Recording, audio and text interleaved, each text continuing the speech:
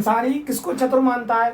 संसारी उसको चतुर मानता है कि मैंने किसी के 8 आने 4 आने ठग लिए तो मैं बड़ा चतुर हूं। लेकिन संसार में अगर कोई चतुर है तो वो कोई राम का दास ही है जो चतुर है, क्योंकि वो जानता है कि नर्तन पाने का उद्देश्य जिसने जान लिया वो चतुर है।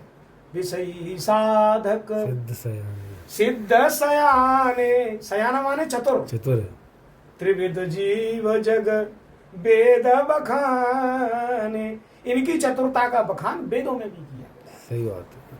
तो अब बताओ, इनको स्याना कहा जाता है जो किसी को ठग रहे हैं, चतुर नहीं है वे। और स्याना हमेशा गू पे बैठता है, ये जन्म मरण के गू पे ही बैठेगा वो बार बार। वो ये छलकपट वाला भाई छलकपट क्या है?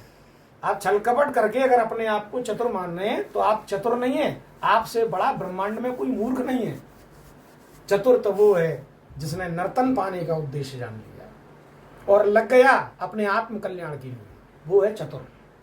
तो यहाँ भरत जी परम चतुर हैं, इतने चतुर हैं कि भगवान के चेहरे पे जो संकोच देखा तो भरत जी भगवान के रुख को जान गए। ये होता है प्रेम। प्रेमी की वाणी नहीं बोलती, प्रेमी के तो मुखारबिंद का भाव बोलता है और दूसरा प्रेमी जान लेता है। आंखों ही आंखों में इशारा हो गया, बैठे बैठे जीने का सहारा हो गया। आंखों ही आंखों में, जब साधक आंख बंद करके अपने हृदय में उस राम तत्व का दीदार करता है तो ऐसा इशारा होता है अंदर ही अंदर कि बैठे बैठे जीने का सहारा हो गया।